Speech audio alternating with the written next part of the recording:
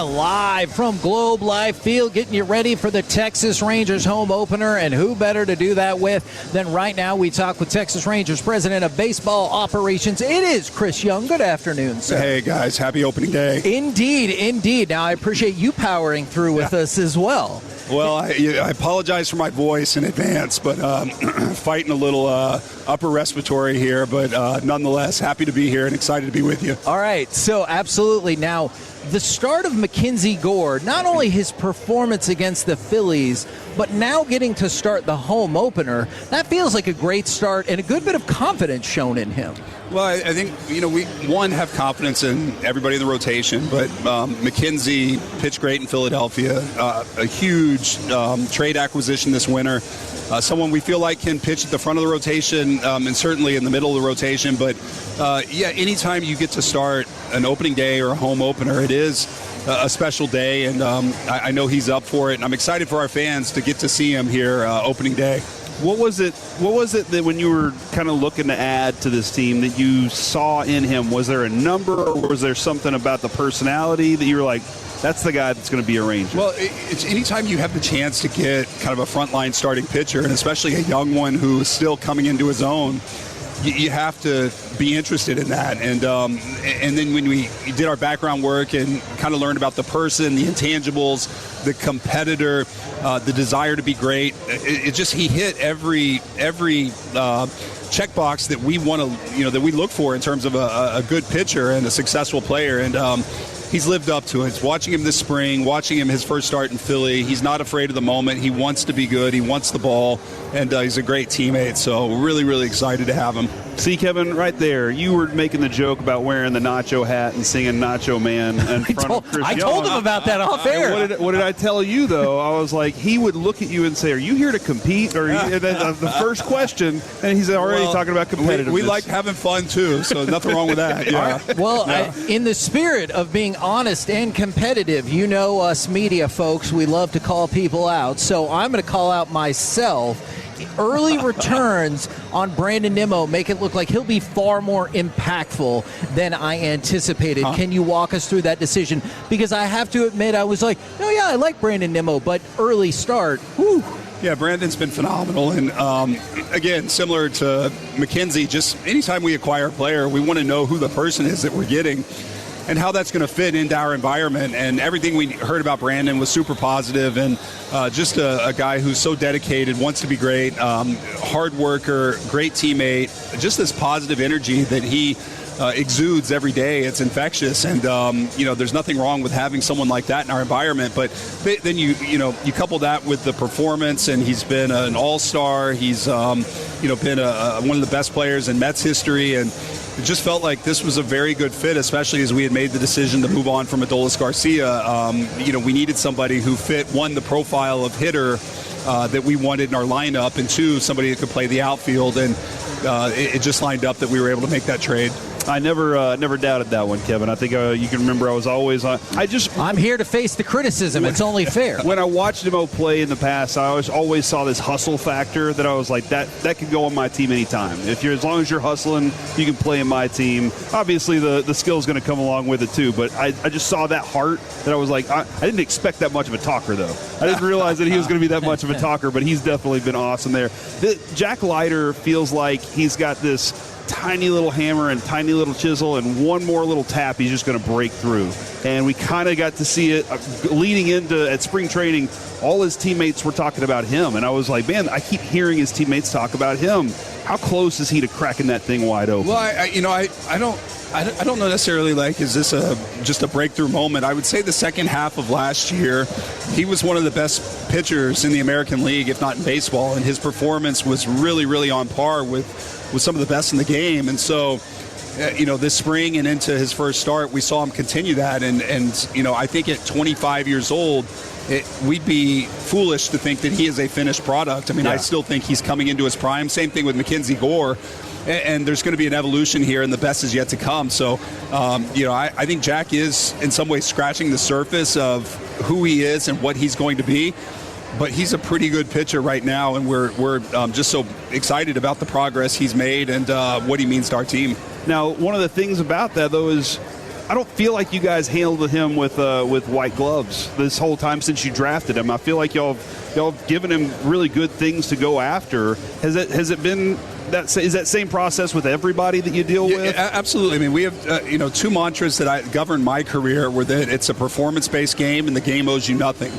And at the end of the day, you got to go get the job done. And I love for our players, especially in the minor leagues, to experience adversity because it's going to make them stronger. And once they get through that, they're going to know the next time they have that adversity, they're going to fall back on their previous experience. If a player coasts through the minor leagues and gets to the big leagues and doesn't experience adversity, at some point, everybody in this game goes through really hard times and times where you doubt yourself. And if you haven't been through that before, it's a hard thing to get through. So for Jack, he did. I mean, he was a top draft pick who did have some adversity. It was not a perfectly smooth, linear road, so to speak, in his development. But I think that's the best thing for some of these guys. And Jack has learned from that. It's served him well. And I think he's a better pitcher today because of that. And I'm just so happy and proud of him. Now, you talked a lot in the offseason about, hey, we're going to need improvement from within. Only 6 games, but how encouraging are the early improvements in the lineup, especially some of those performances against the four-seam fastball? Because that feels like a big jump up. Yeah, it's very encouraging. We saw it all spring. I mean, we saw an offensive profile and an identity offensively that we felt like is what winning teams have. And so, throughout spring, I try not to ever get too excited about anything, but over the course of spring training, it felt like, okay, we've made steps in the right direction, and our hitters have bought in. Our hitting coaches have done a tremendous job of preaching the message, and the hitters are executing it. And you hope that that's going to continue into the season, but the early returns have been wonderful, and I expect that to continue. And I also expect some guys to get hot that haven't been yet. I mean, we've gotten off to a good start, and I wouldn't say that we've had 1 through 9 all hitting at their best yet. That's going to come. So I'm excited about where we are, and but this division's tough. We've got our work cut out for us. Obviously, Seattle is picked at the top of the American League deservingly. Houston has been a perennial powerhouse and is there every year, and certainly we're trying to keep pace with them. Oakland is much improved, so we have our work cut out for us. But what we have seen thus far from this team, for me, is a great sign, and I'm excited about what that means moving forward. You mentioned the phrase, what is the winning profile? In terms of offensively? Yeah. Well, it's hitters that are disciplined to their approach, that can have adjustability, some versatility. They don't have to necessarily hit a home run to beat you. They can just draw a walk on an 8 or 9 pitch at bat, make the pitcher work. Then you get on first base, potentially steal a base. It's having guys that 1 through 9 are committed to their specific role within the lineup, and understanding that role may vary or change at bat to at bat, but they know what's being asked of them, and they're up there doing their job and trying to do their best to help the team win. And to me, that's what winning teams have. And there's a discipline to that, a focus and a discipline, and these guys have shown it early. I think there definitely can be selfish swings in this game, for sure. And realizing, hey, man, I don't have to be the one. The next dude in this lineup can definitely do this for me. It's understanding the game. It's trusting your teammates. No individual single-handedly wins any game. It's collectively the team. And so that's the approach, the mentality, and you can't be the hero every at bat. I can speak from experience. Greg Maddux once told me, he was a teammate of mine, he told me, you don't beat individuals, you beat lineups, and you have to pick and choose the guys that you're going to pitch around or work to. And that's true of teams facing us, is that they're going to decide, hey, we're not letting Corey Seager beat us tonight. But Corey has to trust the guy behind him, which he does, and the guy behind him has to trust the hitter behind him. So it's a collective mentality, and then a commitment to that, and then lastly and most importantly, the ability to execute that. Now, not talking about these players specifically, just using them as examples. Colt Emerson, Cooper Pratt, it looks like it's about to happen with Connor Griffin. The extensions for players who have not even played in Major League Baseball yet, is that just the next evolution of contracts in baseball? Yeah, it's been there in the past, and there have been guys that have been signed either in their first year before they've reached the major leagues. But I think it's organizations doing a good job of understanding their players and saying we want to make a long-term commitment, and certainly there's risk involved with that, but I can't say it's going to be the norm going forward, but I do think that, when you're a young player and you're trying to establish yourself, having that, kind of out of the back of your mind can be a good thing. And I know the situations are somewhat different, but we get asked about this all the time. Have any extension talks taken place with Wyatt? Yeah, well, I wish I could divulge everything there, but that would be great. Yeah, we're a pretty tight-knit group, front office-wise. We keep that stuff in-house, but I can tell you that we drafted Wyatt for a reason. We love him. He's a tremendous player. I'm so happy our fans have him to watch, and we certainly have interest in keeping him a Ranger long-term. I think you know how much we love this team, for one. We both grew up here in East Dallas, Garland kid. Yep. So the feeling on this is always like we want this thing to be amazing. Yeah. Nathan Eovaldi, we love him. I got our chance to interview him. This is my first time to get a chance to thank him for the World Series since they won. So I got a chance to do that at spring training. But we thank you too. Yes. No, thank the players. They did it. A lot of questions started popping up after this second outing. Are you concerned? And I have reasons that I was like, no, here's why I'm not. I still see the competitor. Why are you not concerned about these two outings? Because he's just an absolute winner. I have information and data internally that suggests that he's going to be just fine. We've got to always work through a couple mechanical things, but he's in a good spot. He threw the ball well this spring. He's healthy.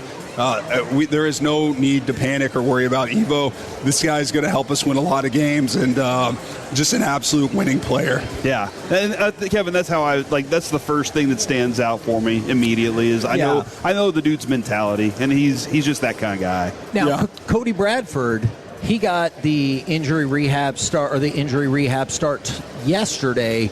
What are the reports and the thoughts on him throwing, and how are we progressing? Still hoping for May? I think May is very realistic. Cody's made tremendous progress through his first rehab outing yesterday in Round Rock. 2 innings and came out of it feeling great. We'll continue the progression.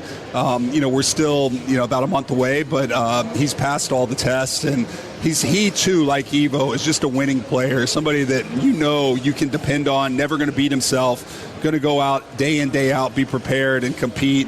And we can't wait to get him back. It's going to be a big boost for our group when we do. I only have one more question for you. I don't know how much more Kevin's going to put you through, but I'll give you a little advice. Kevin has some great advice. He loses his voice once a year at least, all right? And in radio, what am I doing wrong here? He's got some controversial advice. He's It'll got help, some though. very controversial player enhancements that he can work on. Okay, good. When we fell in love with that 23 team, obviously a lot later too, because we saw the potential, and then that Astro series was amazing. That was great. What do you love about this team right now, and what are you hoping to the Rangers fans fall in love with them for? There's so much I love about them. I mean, we're invested in every single one of these players. Our coaching staff is tremendous. Skip has done an amazing job. But the thing that stood out to me this past week was watching the game. I came home from Philadelphia and watched the games in Baltimore at home. And on TV, I could hear our players in the dugout cheering for each other, yelling for each other, supporting each other, and fighting for each other. And to me, that's an early sign of a winning team. And it gave me chills when I heard it, and it continued. And when a team has that type of support and love for each other, good things are possible. And that's what I'm excited for our fans to see that. Does it help having a manager that he can just go in there and go, no, this is how I want you to do the pull-up, and then he can just start doing that, right? I'll tell you what, Skip's in some kind of shape, so yeah, it's impressive. Yeah. Well, we appreciate the time very much. Appreciate you fighting through to talk with us today. It's a real pleasure to be here. Just to speak to our fans. I'm so excited for the season. I can't wait for our fans to watch this team. I think great things are possible, and I'm looking forward to a great year. So thank you. There you go, ladies and gentlemen. Chris Young right here on 105.3 The Fan.